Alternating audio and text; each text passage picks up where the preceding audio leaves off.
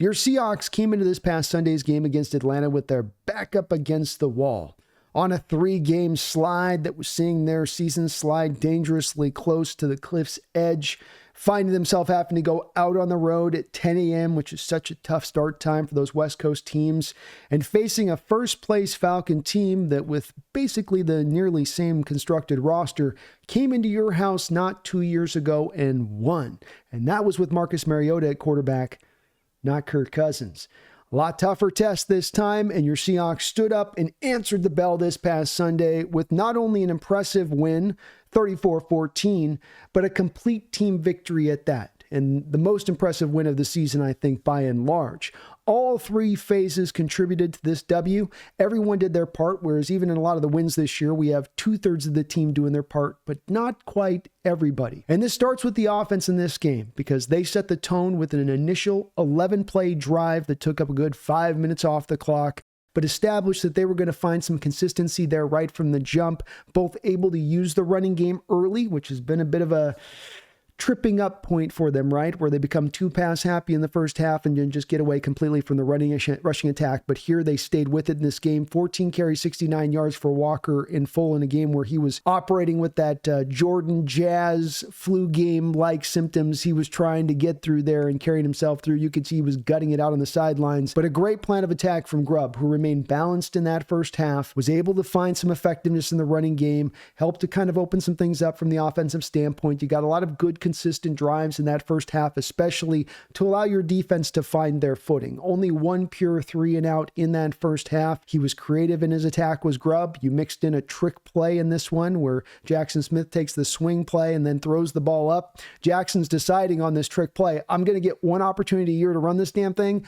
I'm throwing it. Well, open or not, 3 guys down there covering DK or not, I'm throwing this thing. And he lit it up there, and we got to see DK do what he can occasionally show you is in his bag, which is reach up and utilize what was at the time at the combine, I believe, the biggest catch radius that they had ever registered there at the time. I think somebody else has overset that now, but when he went there, it was that way.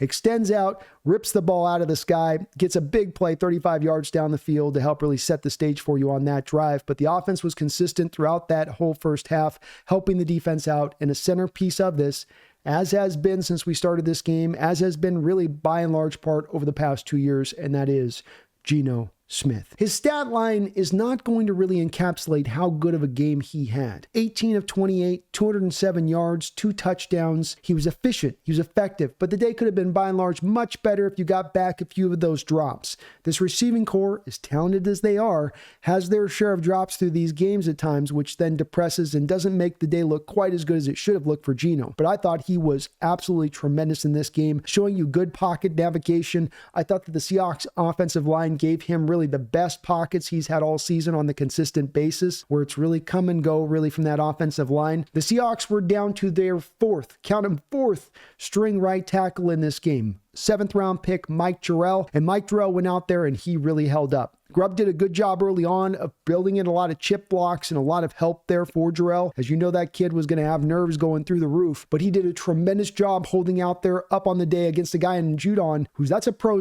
type pass rusher. That's a guy with a bag of tricks. That's a guy that can set you up. That can be a long day at the office, and he really neutralized him by and full. The 1 sack on the day I think the Falcons were able to have came from somewhere else and not him. I think it was Cross. So a great job by Jarrell, and we might have found a little bit of secured footing here with Jarrell as we go in the future until we wait till Lucas comes back. Say nothing if he's got to be there longer, but he looks steady for that being the very first start. A kid that was a 7th round pick, but a kid that was very talented. As much as why he went in the 7th round had to do with as much of the small college he went to, Findlay. Such a tiny little college, no pros come out of it. That just dissuades a lot of NFL franchises from looking at that kind of player. But his physicality, his measurables, all very legit, and you saw that in this game. So a great job by the offense in that first half to kind of carry the load there for the defense that was struggling a little bit out the gate. And right at the end of the half, you really had another one of those master stroke moments from Geno Smith, where you have under about a minute and a half or so remaining. You have one timeout. You have a long football field you got to get up to. You're trying to go get the field goal. You'd be happy with the field goal. But Geno executing it just perfectly in cutting routes to Tyler Lockett when he's getting off coverage on the outside, knowing that that's where the opening is going to be. You can go get that free 15 yards of play. Okay, you'll lose about 15 seconds off the clock, regathering back up, but you'll get a lot of that yardage up the football field. Makes a couple of those throws, finds Fant out in the flat in a place where Fant can make the catch and then quickly rumble out of bounds to stop the clock, preserving more time there to get you down to a moment where now you're 3rd and long. The defense in that moment's kind of thinking, you're not going to really try to push this to the end zone. You're going to try to go get like 7 or 8 more yards and make this into a makeable field goal. That's really going to be probably your intention. And I think their coverages were kind of playing that in that moment. Seattle and Grubb kind of anticipate that with their play call where they go, nah. We're going to go take a shot down there to the end zone. And they run DK on a little out and up route where he carries it right up the middle of the field. And Geno Smith, as he did in this game, as he's done throughout with that subtle pocket navigation, a couple steps climbing the ladder, climbing that pocket up to set himself up, and then laser beams the throw right in their DK for a touchdown. Put your Seahawks up by 10 there and not merely 6, and changes a lot of the trajectory in this game, especially by how the defense had to play it deep into that second half when you had that mighty lead. So a great job by the offense there of stealing that 7 points.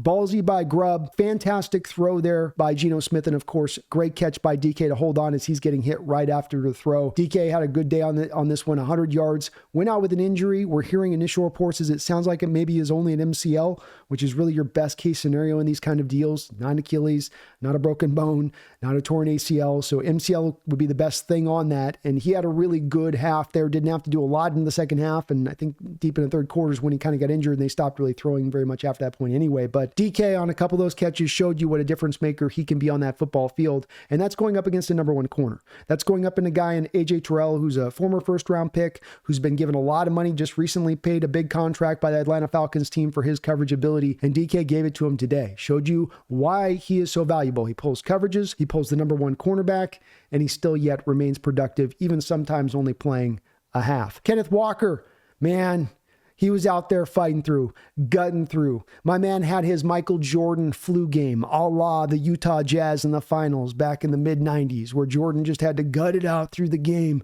yet he had this great game. He was still really effective, and Walker likewise was able to be really effective in this game. 14 carries, 69 yards, 4.9 yard per carry average. He also had 2 catches for 24 yards, including a little throw over the top on what looked like a little wheel route there to him in the back of the end zone, where he has to reach up and sort of catch it first with just the one hand to bring it back to the second hand. A fantastic catch. One of the parts we weren't sure about with Walker coming out of Michigan State, if he was going to be a good pass catcher. They didn't ask him to do that very often. We thought maybe he was just going to be a running back and that's all he would do as a runner, because sometimes those guys have hands of stone, let's face it. But Walker's been tremendous as a pass catcher and was again in this game. I thought he ran really well too. In addition to that, there wasn't a lot of holes for him to have. He had to cut back a couple times, and actually he cut back so severely that Geno Smith ended up as his lead blocker, like his lead fullback on the play, and he was able to find a few yards going that route with it. But he was as creative as you'd expect him to be. He is a difference maker at the running back position and just helps to balance off that whole offense when he is as effective as he was in this game, because now the defense can't just rush the passer constantly. Now they got to play a little bit more of the run, as they did in this game here against Walker. But good game all around by the offense from front to back, deep into the fourth quarter, about 10, 11 minutes to go in the fourth quarter. You're just running the ball, leaning on the clock because you got such a mighty lead, and they didn't have to do as much in that second half. But when called upon, they brought consistent drives, got that 10-point lead. You were able to get up on a team and then just kind of lean on them down on Jim just a little bit. Jackson Smith and Tyler were fine as well. Tyler came up clutch on a few moments where you can see he's just a security blanket at times for Geno Smith on those third downs. Geno knows he's going to be in the right place. And quietly, Tyler is just grinding out another year where he's going to be right around 1,000 yards again. Every year you can count on this guy. Write it down. Doesn't matter the age. You're going to get him down for about 1,000 yards a year, and he's right back to doing that again. You don't have to lean on him as a number 1. You don't have to even lean on him like a number 2, but he is effective and he is efficient in this role that he's sitting in right now, and he's helping this team win football games even at his advanced age. Your second best wide receiver in Seahawks history. The defense was able to find some footing in this game. There were times where it was shaky in that first half. They did get off the field quickly, but then Atlanta was starting to find some rhythm there, especially in realizing, hey, we can just run it on this team, and we can run it when they know we're going to run it, and we'll still go get 7, 8 yards. Bijan Robinson showed you in this game why he's got the difference-making level of talent that made him a former top 10 pick, which is very very hard to get as a running back. We only have a couple of those even in the league remaining. And he showed you in this game where you would have him all cornered up, and then he'd just do a little jump cut move and get around a guy, or then jump off the next one and get through a second guy. And it took 3, 4, 5 guys to get him brought to the ground anytime he got the ball. He was a handful, and he showed you can be effective both as a running back and what he can do as a pass catcher out of the backfield. Seahawks did what they could to kind of slow him down a little bit. I think what really helped them as much as anything when stopping the run in this game was the second half and getting that lead. I don't know if you necessarily had a lot of answers for either him or Algiers for that matter. Tyler Algier, the backup number 2, 5 carries, 36 yards for almost 7 yards a clip. So you didn't exactly stop the ground attack from the Falcons. You just did a little bit better as the game went along, and then having that big lead force the Falcons, as it will as you get into the depths of the third quarter, to have to get pass happy, because you can't afford some 10-play drive that takes 7 minutes off the clock, because now you score, but you don't have any time left. When it came to stopping the pass, it was a little bit better. There were some easy open holes there for Cousins early on in this game on some of those out routes where some of the stuff that's shown up from the defense recently, that off coverage, the soft zone coverage, was showing back up. But I also think that Mike Macdonald did a good job in this game of dialing up a few more blitzes early on in this game. And there was one sequence where you had the Falcons, I believe, in I want to say a 2nd and 5. And then you have, over a couple play sequence, 2 false starts on their part. Both of those false starts come with you showing a stack block, with you showing a blitz look. And you could see it was making the linemen jumpy in those moments. And this is what I like about those stack boxes, the simulated pressures, or even at times just bringing the pressure pure. Because aside from that, when you did bring the pressure pure, Kirk Cousins was under duress. He could feel the pressure coming. And sometimes he was even getting touchy to the pressure, where it wasn't on top of him, it was just getting close, but he knew it was getting close. And it affected his throws. It affected how he threw the football in this game. And so you really saw a little bit more of the benefit of what Macdonald can bring with those pressure looks in this game, and not just in getting sacks, not just getting in turnovers, but in those false starts, you take them in that moment from a 2nd and 5. Do they eventually get to a 3rd and 15? And now you've taken them from making what would be a 3rd and makeable to 3rd and way behind the sticks. They don't have much of a chance to get the first at all. So it can have a lot of good extra impacts beyond just the stuff you get on the surface, like those turnovers or like those sacks. Defensively, the Seahawks came into this game with only 2 turnovers on the year. They were able to generate 3 today, and 3 different reasons on the cause. One being a tip pass here from Drake London where he should have caught the ball, but it just caromed off his hands right into Julian Love's hands. Another one is just an overthrow where you're able to create a little bit of pressure on Cousins. He doesn't step into the throw, and then he just whistles it up over the top into Kobe Bryant's hands, waiting on the backside. The third turnover of the day was caused by Boye Mafe, who was able to create a pressure on a late third quarter play where Kirk Cousins got the bright idea that he would scramble. And that's never usually a good idea for Kirk. He then doubled up on this mistake by believing he could get a late throw off moving to his left. Well, he didn't take into account just how explosive Mafe can be in short spaces, as Mafe was right on top of him and probably hearing somewhere in his head Cliff Averill, former Seahawks legend's voice, telling him, "Bring down that arm, bring down that arm." For Cliff was famed during his time here with Seattle for about once every 3 sacks or so, always bringing in that tomahawk chop, and on top of creating the sack, usually creating a fumble in addition to this.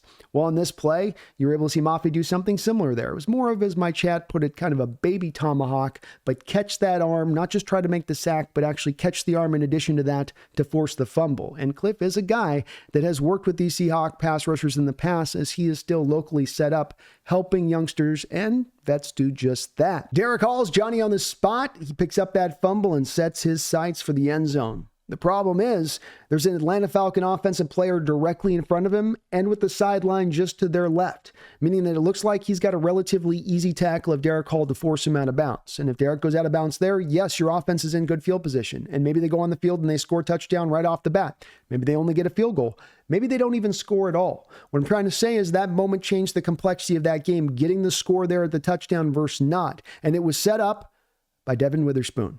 Witherspoon brings a heart, an intensity, and a grit that is very unusual for a guy who is as talented as he is. It is the part that you can't measure as easily. You're not going to be able to stat track it. It's not going to show up on a combine field, but it's something that you get from him on a weekly basis. We saw it last week against the Niners on that final drive where the Niners are trying to run out the clock. You're trying to get the ball back. Your defense knows they're going to want to run it, yet you give up a 79-yard run against Guerrero, who was the one guy on that play who didn't seem to give up, who was still trying, he was still fighting every inch.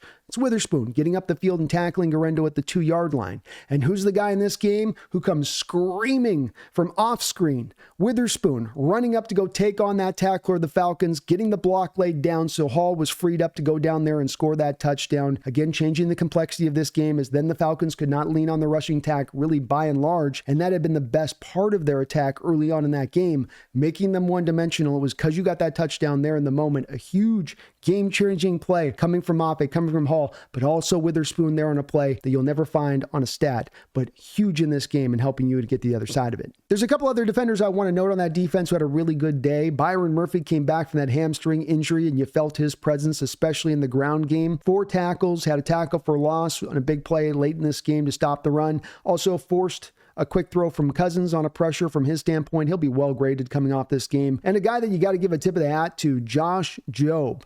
Who? Josh Jobe, cornerback the Seahawks activated this week due to the fact that your cornerback room was so thin. You're down so many starters and you're down 3/4 of your secondary coming into this game. You really, really have got to thank Josh big time in this game because he held up well. The Falcons went after him. They targeted him with Drake London. They set up that matchup one-on-one where he had to hold up, and I thought he did hold up by and large. London was not able to go off in this game. 6 tackles from Josh, 2 passes defensed, but he was there. He was tight in coverage. He was making a play on the ball. So surprising to see from a guy that you had to just elevate up off the practice squad. I was going to say it's a bit reminiscent of sort of the first action we got of Michael Jackson at the end of his season where he played the final 2 games of the year, and he actually gave you good functional play from the position for a guy that you weren't expecting it at all. But an unsung hero in this game. Josh played fantastically, and again, understanding the Falcons did a good job of matching up their best receiver on him to making him hold up in that moment, and he did so. Leonard Williams, Jonathan Hankins, Roy Robertson Harris, the new acquisition, had himself 5 tackles. Those guys on the defensive line held up well. You got in Leo another sack from him as he seems to be getting healthier off of that injury. That extra rest definitely helped him. Nehemiah Pritchett got a little bit picked on at times out there in coverage from the Seahawks. The linebackers had a little bit of the up and down day as far as from Baker and Dodson's point. They flashed in moments as well, but they also had some of those missed tackles that were mixed in there, as you did get to feel in this game for Bijan Robinson just what a difference maker he can be at breaking tackles in the open field. That guy is hard to get down to the ground. Draymond Jones is a guy that gets battered around by the Seahawks fandom quite a bit, and somewhat rightfully so, as you're not getting quite the production for the cost that you paid out, as he's one of the higher paid free agents you've ever had in Seahawks history. But today was not one of those days, as he was really solid, and boy did he come alive in the third quarter.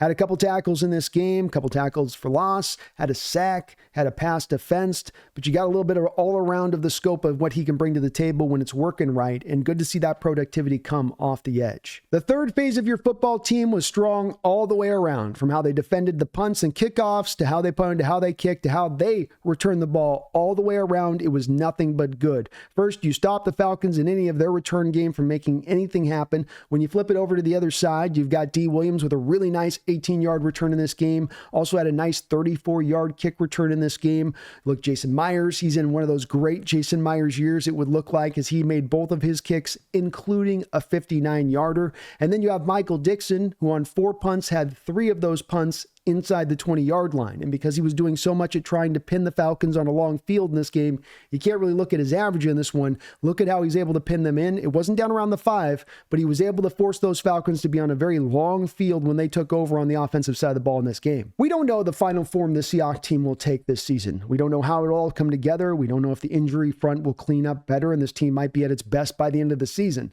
But this is a win that at least kept you into the wild card contention of things. You were always going to be in the run of this division, whether you won or lost on this day. But if you lost this game 0-4 in the NFC to start out your schedule, it was going to be probably a pretty long road to hope you could find your pathway to the playoffs through wild card. So now you still have both of those doors opened up to you, still the potentiality of either of those to get there.